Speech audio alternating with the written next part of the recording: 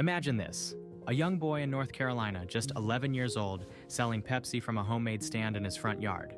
No one could have imagined that this small-time hustle would be the first step in building one of the world's most beloved snack brands. But that's exactly what happened to Herman Lay, the man who turned a simple potato chip into a global sensation.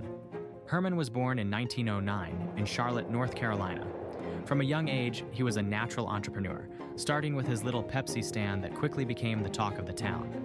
By the time he was in high school, Herman was already managing a small team of kids to run the stand while he delivered newspapers, always looking for the next opportunity.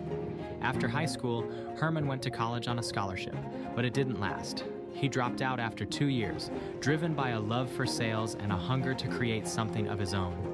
Herman tried his hand at various jobs, from selling ice cream to working for the Sunshine Biscuit Company, where he honed his skills as a salesman.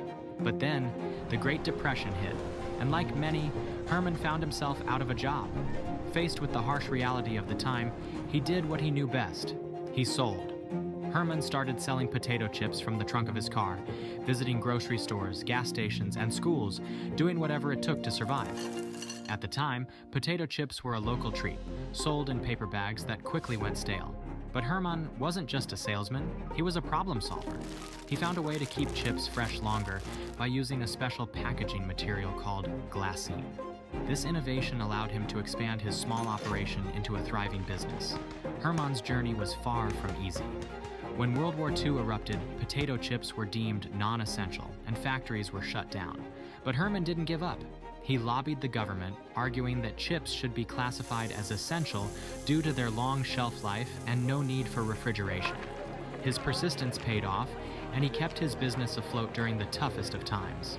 After the war, Herman faced a new challenge: competition from Frito, another growing snack company. But instead of fighting, Herman reached out to Frito's founder, Charles Doolin, and proposed a partnership.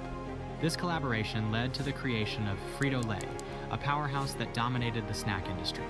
But Herman didn't stop there. He had a vision of making Lay's a national brand. Embracing the new technology of television, Herman launched a series of commercials with the catchy slogan, "Betcha can't eat just one," featuring comedian Bert Lahr. The ads were a huge success, making Lay's the first potato chip to be sold nationwide. In the 1960s, Herman made his boldest move yet, merging with PepsiCo.